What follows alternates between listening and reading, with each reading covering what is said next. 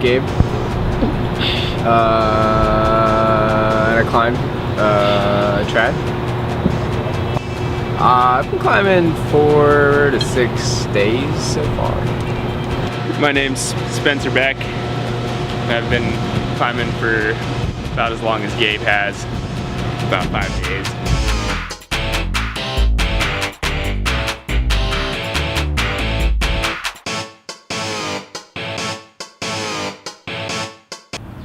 Oh man, those new kids out there, we're talking like Spencer Beck and Gabe Steskel.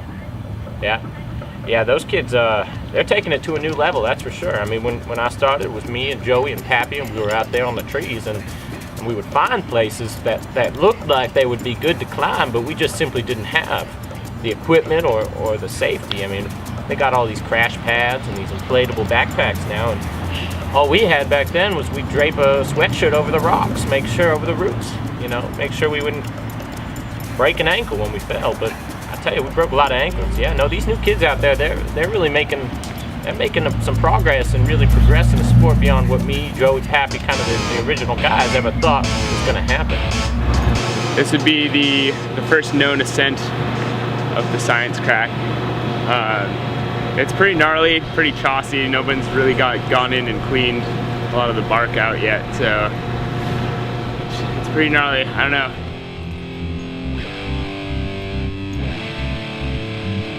The hand jam here was unlike any other hand jam I've ever had, because when the wind flexed the tree, the hand jam squeezed and loosened on my hand, and it was a magical moment. I'm Katie. I don't really climb, but they came up to me 4 days ago and they were like, hey, you wanna do some crack? And I was like, some crack? The crack? I just feel like that's pretty dangerous, and I just want my chances of survival to be the best.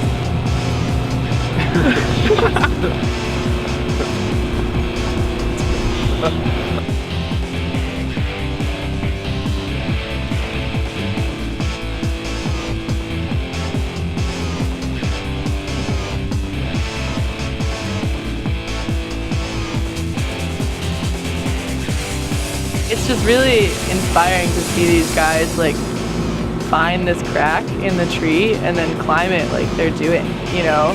Like, it's not every day that you get to see two people climbing cracks. It's beautiful.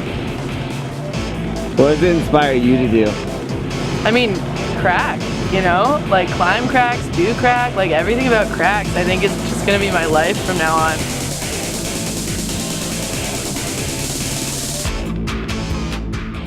I keep looking at it from all these different angles. I just keep seeing this line. People have told me not to do it, but I keep seeing the line, and it's in there. We would look up at the crotch at night and just sort of see what was happening and what was going on, and we thought, no, there's no way that could be climbed. I mean, come on, it's the crotch. It's aesthetic. It's a beautiful line, that's for sure. Just into that sweet V. So I think we're gonna fire it up. You.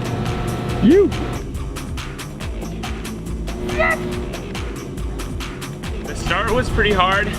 There was a really loose foothold that we were worried might break off on us, but it held enough for us to get our first piece in the butt crack. The piece is kind of hard. You had to get that hairy little hand jam in there. And yeah, once we got that, we felt a lot better about going up once we had some protection.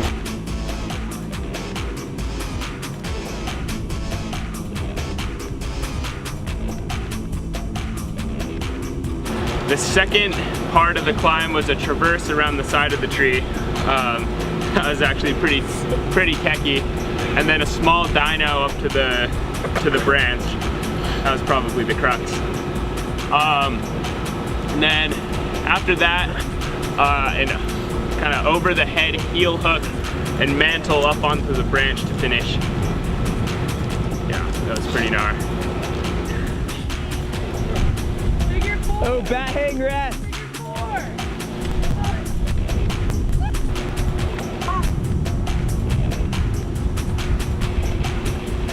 Doing a branch action could rip out. soft. I'll tell you, they're accomplishing a lot, but they didn't have the kind of stuff that, I'll tell you, Joey Schmertz, when he was out there climbing, he took a ground fall at least 3 or 4 times. And yeah, he was about as hard as they came.